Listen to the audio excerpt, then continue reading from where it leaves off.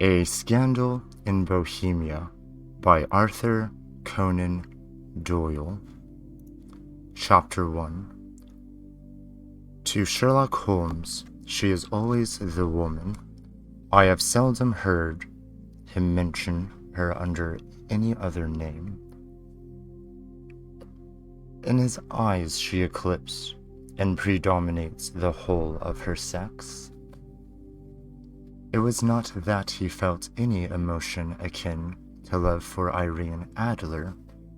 All emotion in that one particular were abhorrent to his cold, precise, but admirably balanced mind.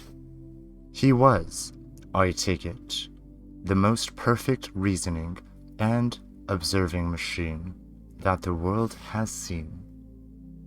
But as a lover, he would have placed himself in a false position. He never spoke of the softer passions, save with a gib and a sneer.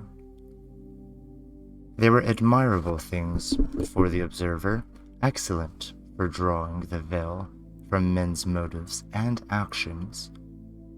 But for the trained reasoner to admit such intrusions into his own delicate and finely adjusted temperament was to introduce a distracting factor which might throw a doubt upon all his mental results.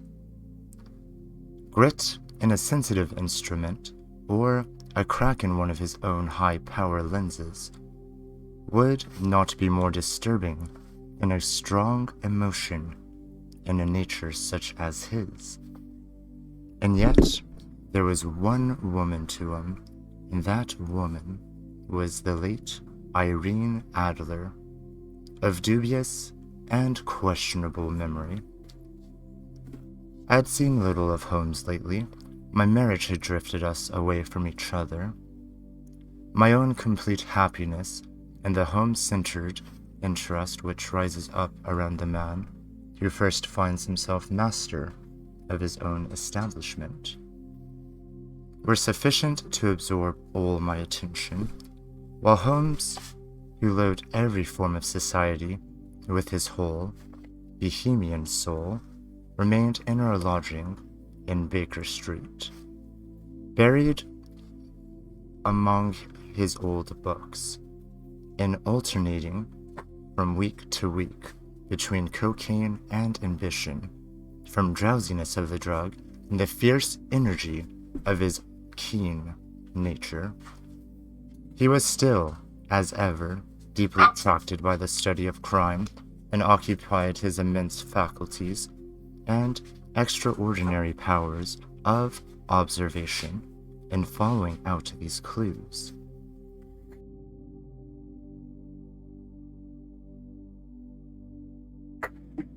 In clearing up these mysteries which had been abandoned as hopeless by the official police, from time to time I heard some vague account of his doings. Of his summons to Odessa in the case of the Trepoff murderer, of his clearing up of the singular tragedy of the Atkinson brothers at Trincomalee, and finally of the missions which he had accomplished so delicately and successfully for reigning family of Holland.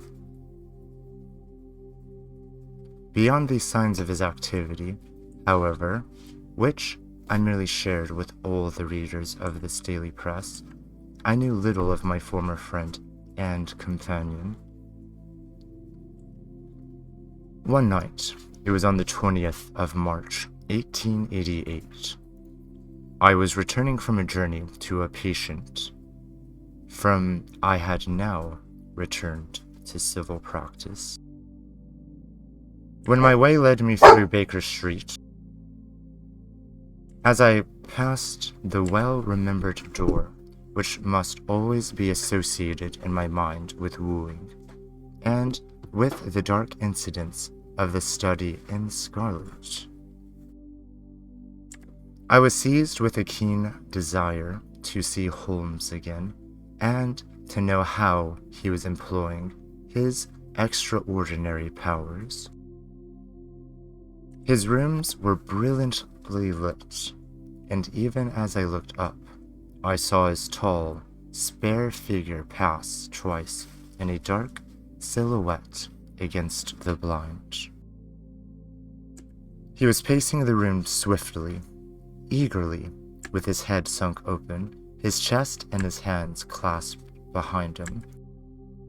To me, who knew his every mood and habit, his attitude and manner told their own story. He was at work again. He had risen out his drug-created dreams and was hot upon the scent of some new problem. I rang the bell and was shown up to the chambers, which had formerly been, in part, my own. His manner was not effusive, it was seldom. But he was glad, I think, to see me. With hardly a word spoken, but with a kindly eye, he waved me to an armchair, threw across his case of cigars, and indicated a spirit case and gasogene in the corner. Then he stood before the fire and looked me over in his singular, introspective fashion. "Wedlock suits you," he remarked, "I think, Watson, and you have put on 7.5 pounds since I saw you." "7," I answered. "Indeed, I should have thought a little more. Just a trifle more, I fancy, Watson. And in practice again, I observe. You did not tell me that you intended to go into harness. Then how do you know?" "I see it. I deduce it. How do I know that you have been getting yourself very wet lately, and that you have a most clumsy and careless servant girl?" "My dear Holmes," I said, "this is too much. You would certainly have been burned had you lived a few centuries ago. It is true that I had a country walk on Thursday, and it came in a dreadful mess. But, as I have changed my clothes, I can't imagine how you deduced it. As to Mary Jane, she is incorrigible, and my wife has given her notice, but there again, I fail to see how you work it out." He chuckled to himself and rubbed his long, nervous hands together. "It is simplicity itself," said he. "My eyes tell me that on the inside of your left shoe, just where the firelight strikes it, the leather is scored by 6 almost parallel cuts. Obviously they have been caused by someone who has been very carelessly scraped around to the edges of the sole in order to remove the crusted mud from it. Hence, you see, my double deduction that you have been in vile weather, and that you had particularly malignant boot slitting, specimens of the London slavey.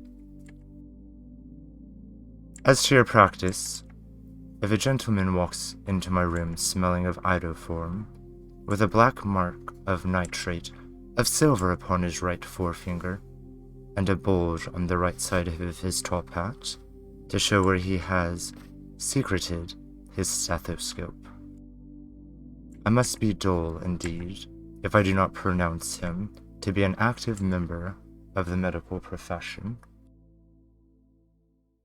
I could not help laughing at the ease which he explained his process of deduction. "When I give your reasons," I remarked, "the things always appear to me to be so ridiculously simple that I could easily do it myself, though at each successive instance of your reasoning I am baffled until you explain your process, and yet I believe that my eyes are as good as yours." "Quite so," he answered. lighting a cigarette and throwing himself down into an armchair.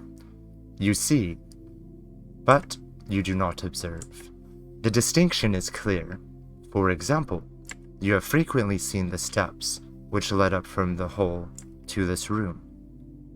Frequently. How often? Well, some hundreds of times. Then, how many are there? How many? I don't know. Quite so. You have not observed, and yet you have seen. This is just my point. Now, I know that there are 17 steps, because I have both seen and observed.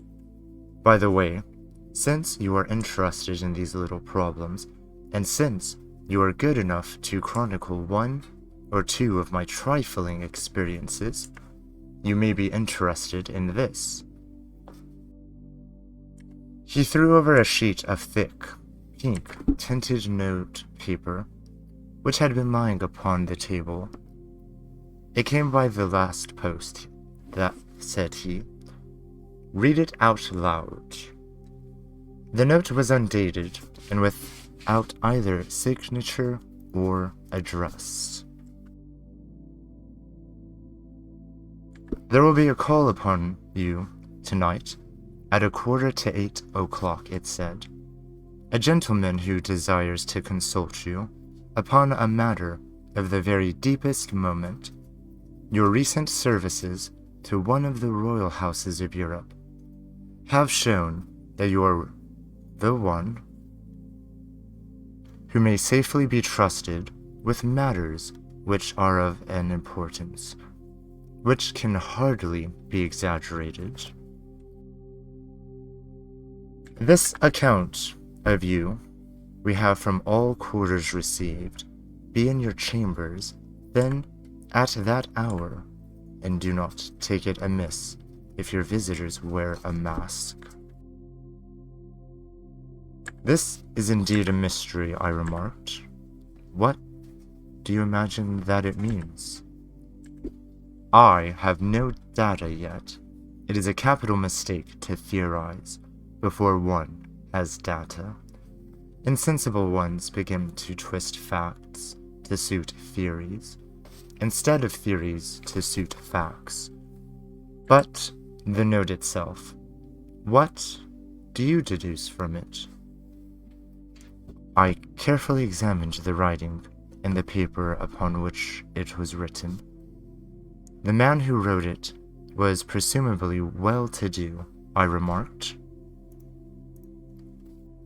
endeavoring to imitate my companion's process.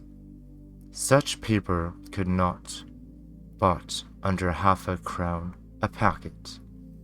It is peculiarly strong and stiff. Peculiar, that is the very word, said Holmes. It is not an English paper at all. Hold it up to the light.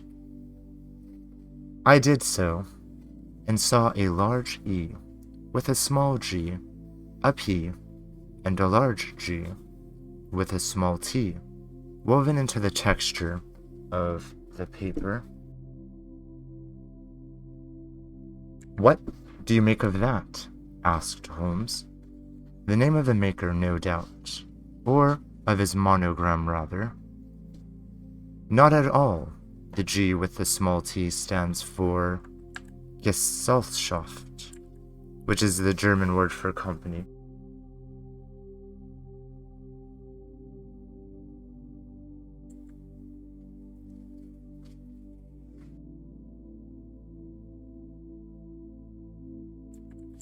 It is a customary contraction, like our co.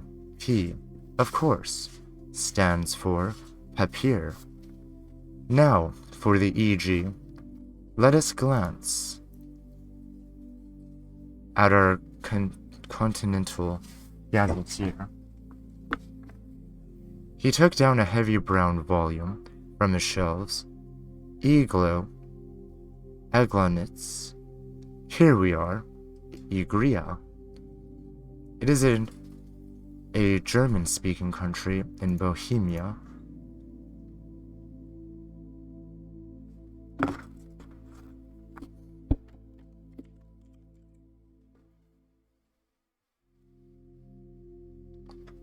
not far from the Carlsbad, remarkable as being scene of the death of Wallenstein, and for its numerous glass factories and paper mills. "Ha ha, my boy! What do you make of that?" His eyes sparkled, and he sent up a great blue triumph cloud from his cigarette. "The paper was made in Bohemia," I said. "Precisely. And the man who wrote the note is a German." You note the peculiar construction of the sentence. "This account of you we have from all the quarters received. A Frenchman or Russian could not have written that. It is a German who is so uncourteous to his verb.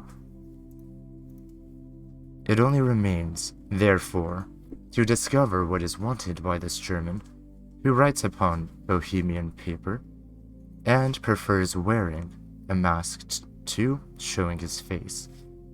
And there he comes, if I am not mistaken, to resolve all doubts."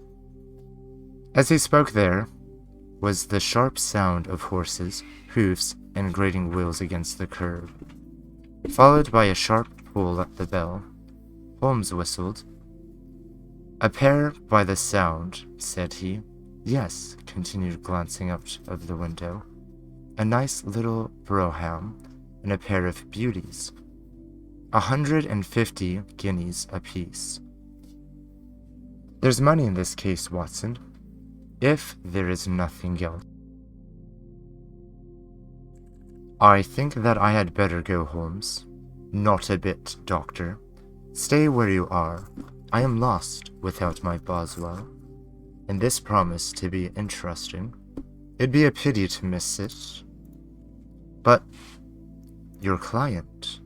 Never mind him. I may want your help, and so may he.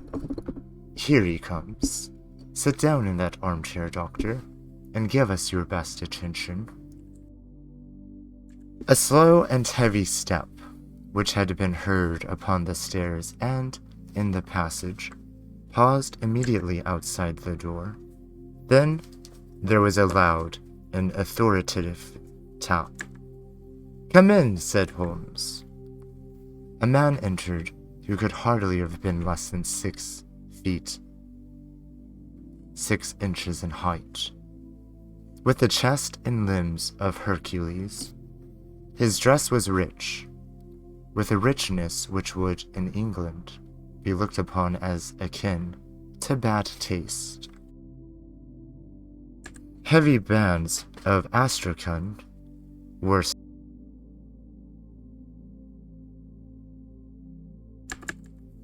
double-breasted coats, while the deep blue cloak, which was thrown over his shoulders, was lined with flame-colored silk, and secured at the neck with a brooch, which consisted of a single flaming barrel. Boots which extended halfway up his calves, and were trimmed at the top with rich brown fur, completed with the impression of barbaric opulence, which was suggested by his whole appearance. He carried a broad-brimmed hat in his hand, while he wore across the upper part of his face, extending down past the cheekbones, a black visage mask, which he had apparently adjusted that very moment, for his hand was still raised to it as he entered. From the lower part of his face, he appeared to be a man of strong character, with a thick, hanging lip, and a long, straight, suggestive chin of resolution, pushed to the length of obstinacy. "You had my note?" he asked with a deep, harsh voice, and strongly marked German accent. "I told you that I would call." He looked from one to the other of us, if uncertain which to address. "Pray, Take a seat, said Holmes. This is my friend and colleague, Dr. Watson, who is occasionally good enough to help me in my cases. Whom have I the honor to address?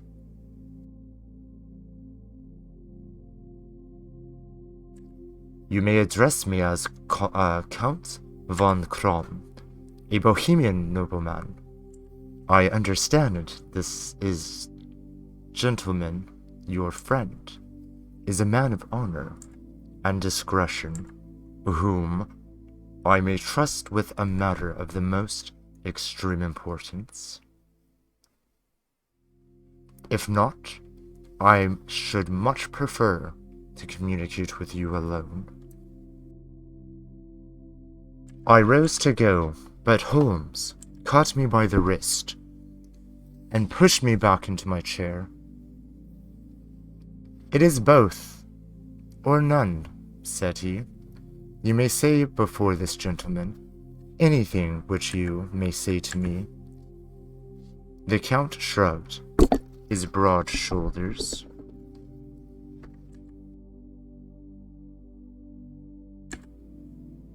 Then I must begin, said he, by binding you both to absolute secrecy for 2 years.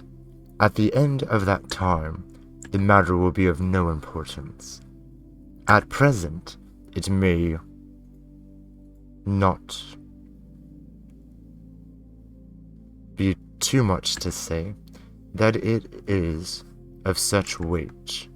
It may have an influence upon European history. I promise, said Holmes. And I. You will excuse the mask, continued our strange visitor. The august person who employs me wishes his agent to be unknown to you. And I may confess at once that the title by which I have just called myself is not exactly my own. I was aware of it, said Holmes dryly. The circumstances are of great delicacy, and every precaution has to be taken to quench what might grow to be an immense scandal, and seriously compromise one of the reigning families of Europe. To speak plainly, the matter implicates the great house of Ormstein, hereditary kings of Bohemia. I was also aware of that, murmured Holmes, settling himself down in the armchair and closing his eyes. Our visitor glanced with some apparent surprise at the languid, lounging figure of the man, who had been, no doubt, depicted to him as the most incisive reasoner and most energetic agent in Europe. Holmes slowly reopened his eyes and looked impatiently at his gigantic client. If your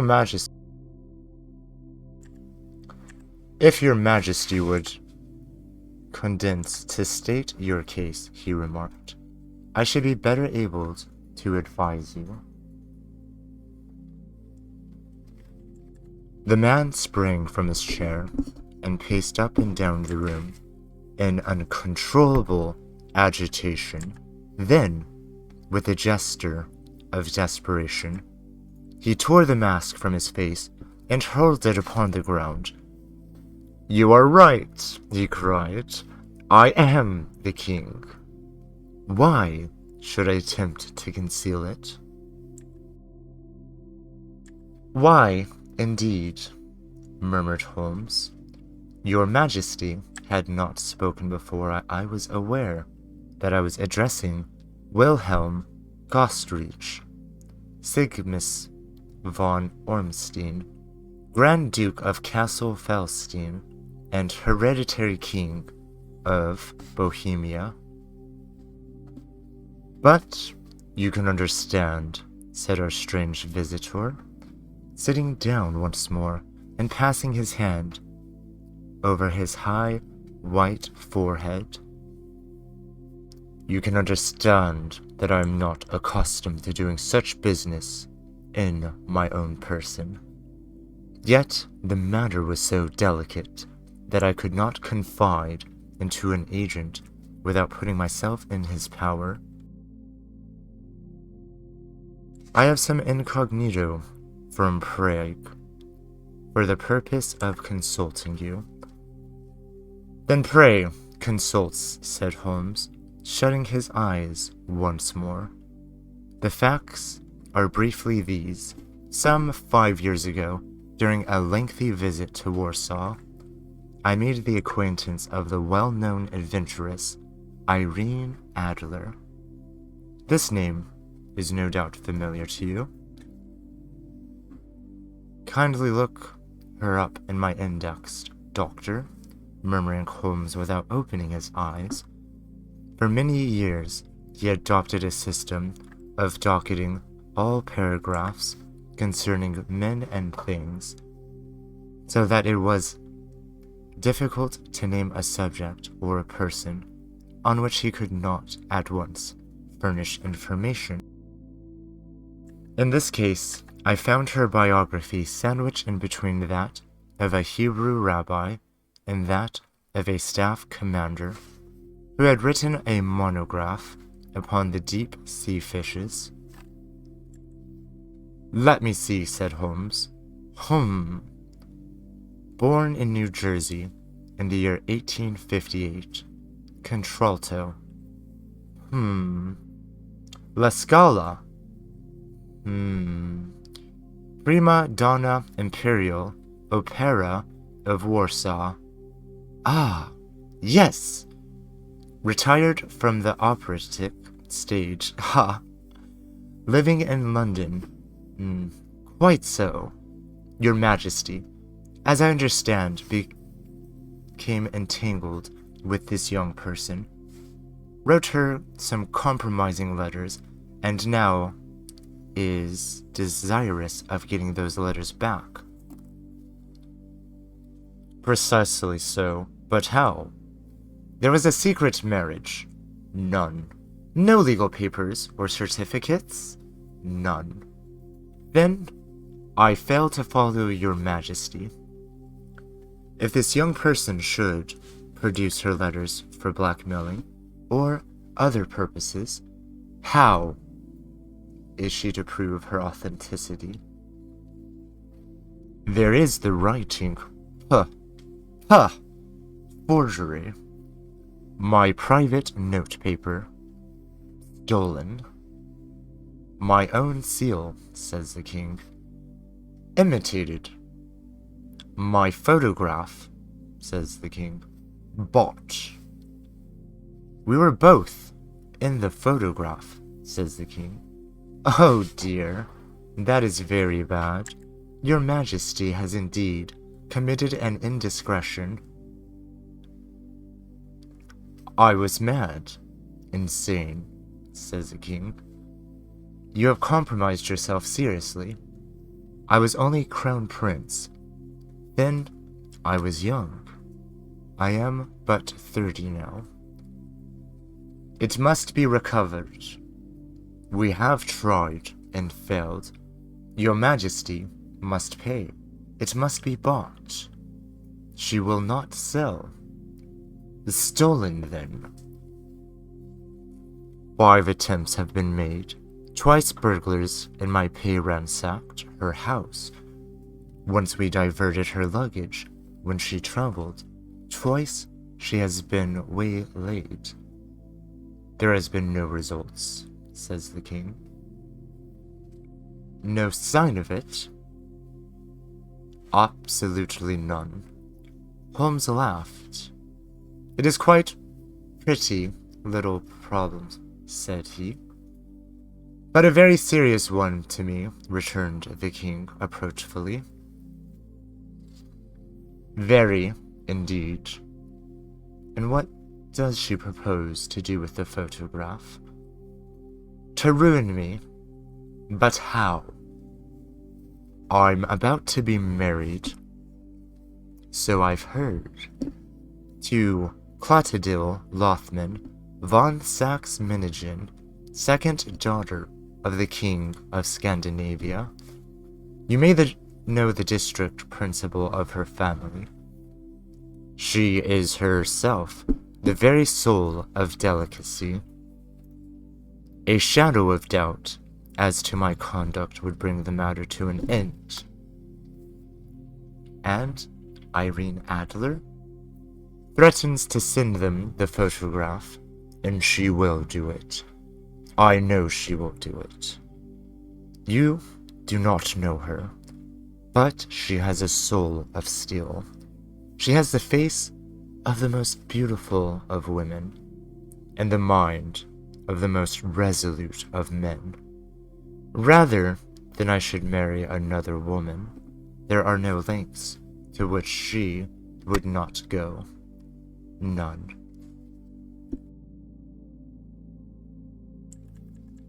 You are sure that she has not sent it yet? I am sure. And why? Because she said she would send it on the day when the betrothal was proclaimed. That will be next Monday. Oh, then we have 3 days yet, said Holmes, with a yawn. This is very fortunate, as I have 1 or 2 matters of importance to look into just as present. Your Majesty will, of course, stay in London for the present.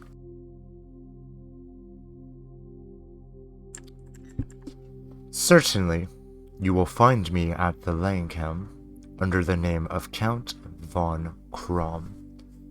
Then, I shall drop you a line to let you know how we progress. Chapter 2. At 3 o'clock precisely, I was at Baker Street, but Holmes had not yet returned. The landlady informed me that he had left the house shortly after 8 o'clock in the morning. I sat down beside the fire, however, with the intentions of waiting for him. However long he might be, I was already deeply interested in his inquiry, for though it was surrounded by none of the grim and strange features which were associated with the crimes which I had already recorded, still, the nature of the case and the exalted station of his client gave it a character of its own. Indeed, apart from the nature of the investigation,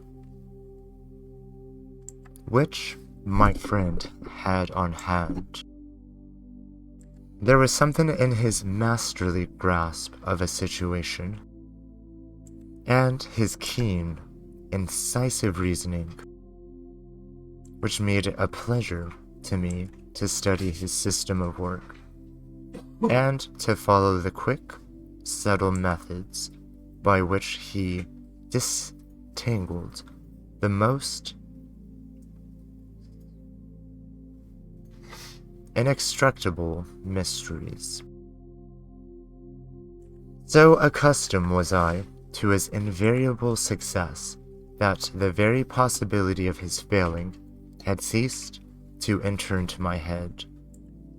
It was close upon 4 before the door opened, and a drunken-looking groom, ill-kempt and side-whiskered, with an inflamed face and disreputable clothes, walked into my room.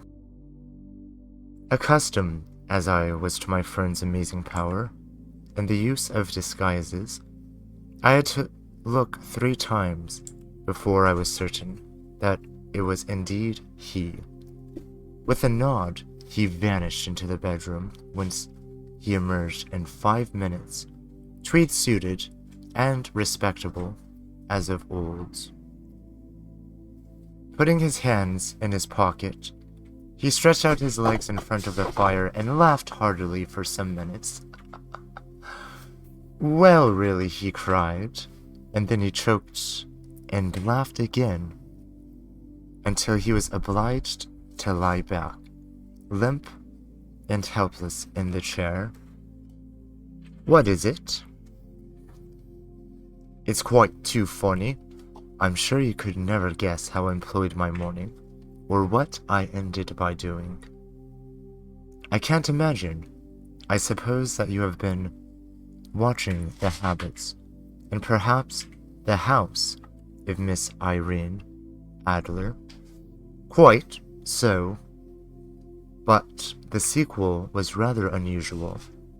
I will tell you, however. I left the house a little after 8 o'clock this morning, in the character of a groom out of work. There is a wonderful sympathy of Freemasonry among horsey men. Be one of them, and you will know all there is to know. I soon found Briony Lodge. It is a bayou villa, with a garden at the back, but built out in front up to the road. 2 stories high, chock-block to the door. Large sitting room on the right side, well furnished, with a long window almost to the floor. And those preposterous English windows, fasteners, which a child could open. Behind there was nothing remarkable, save that the passage window could be reached from the top of the coach house. I walked round it and examined it closely from every point of view, but without noting anything else of interest. I then lounged down the street and found, as I expected, that there was a mews in a lane, which runs down by one wall of the garden. I lent the ostlers a hand in rubbing down their horses, and received in exchange 2 pence. A glass of half and half, 2 fills of shag tobacco, and as much information as I could desire about Miss Adler, to say nothing of half a dozen other people in the neighborhood in whom I was not in the least interested, but whose biographies I was compelled to listen to. "And what of Irene Adler?" I asked. Oh, she had turned all the men's heads down in that part. "She is the daintiest thing under a bonnet on this planet," so says the Serpentine Muse. "To a man, she lives quietly, sings at concerts, drives out at 5 every day, and returns at 7 sharp for dinner. Seldom goes out at other times, except when she sings. Has only 1 male visitor, but a good deal of him. He is dark, handsome, and dashing. Never calls less than once a day, and often twice. He is a Mr. Godfrey Norton, of the Inner Temple. See, the advantage of a cabman as a confidant. They had driven him home a dozen times from Serpentine's Muse, and knew all about him.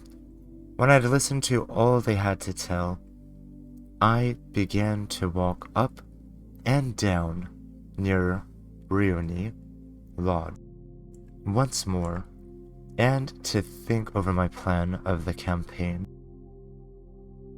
This Godfrey Norton was evidently an important factor in the matter. He was a lawyer. That sounded ominous. What was the relation between them, and what the object of his repeated visits? Was she his client, his friends, or his mistress? If the former, she had probably transferred the photograph to his keeping. If the latter, it was less likely. On the issue of this question depended whether I should continue my work at Briony Lodge or turn my attention to the gentleman's chamber in the temple. It was a delicate point, and it widened the field of inquiry. I fear that I bore you with these little details, but I have to let you see my little difficulties if you are to understand my situation. I am following you very closely, I answered. I was still balancing the matter in my mind when a hansom cab drove up to Briony Lodge, and a gentleman sprang out. He was a remarkably handsome man, dark, aquiline, and moustached, evidently the man of whom I had heard. He appeared to be in a great hurry, shouted to the cabman to wait, and brushed past the maid who opened the door in the air of a man who was thoroughly at home. He was in the house about half an hour, and I could catch glimpses of him in the window of the sitting room, pacing up and down, talking excitedly and waving his arms. Of her, I could see nothing. Presently, he emerged, looking even more flurried than before. As he stepped up to the cab, he pulled a gold watch from his pocket and looked at it earnestly. "Drive like the devil," he shouted. "First to Gross and Hanksy in Regent Street, and then to the Church of St. Monica in the Edgware Road. Half a guinea if you do it in 20 minutes. Away they went, and I was just wondering whether I should not do well to follow them, when up the lane came a neat little landau. The coachman with his coat only half buttoned, and his tie under his ear, while all the tags of his harness were sticking out of the buckles. It hadn't pulled up before. She shot out the hall door and into it. I only caught a glimpse of her at the moment, but she was a lovely woman, with a face that a man might die for. "The Church of St. Monica, John," she cried, "and half a sovereign if you reach it in 20 minutes. This was quite too good to lose, Watson. I was just balancing whether I should run for it, or whether I should perch behind her landau, when a cab came through the street. The driver looked twice at such a shabby fare, but I jumped in before he could object. "The Church of St. Monica," said I, "and half a sovereign if you reach it in 20 minutes. It was 25 minutes to 12, and of course it was clear enough what I was in the wind. My cabby drove fast. I don't think I ever drove faster, but the others were there before us. The cab and the landau, with their streaming course, were in front of the door when I arrived. I paid the man and hurried into church. There was not a soul there save the two whom I had followed, and surpliced clergymen, who seemed to be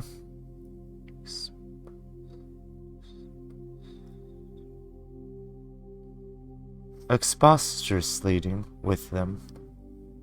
They were all three standing in a knot in front of the altar. I lounged up the side aisle like any other idler who has dropped into a church. Suddenly, to my surprise, the three at the altar faced round, and Godfrey Norton came running, as hard as he could towards me. "Thank God," he cried. "You'll do. Come, come." "What then?" I asked. "Come, man. Come, only 3 minutes, or it won't be legal." I was half dragged up the altar, and before I knew where I was, I found myself mumbling responses, which were whispered in my ear, and vouching for things of which I knew nothing, and generally assisting in the secure tying up of Irene Adler.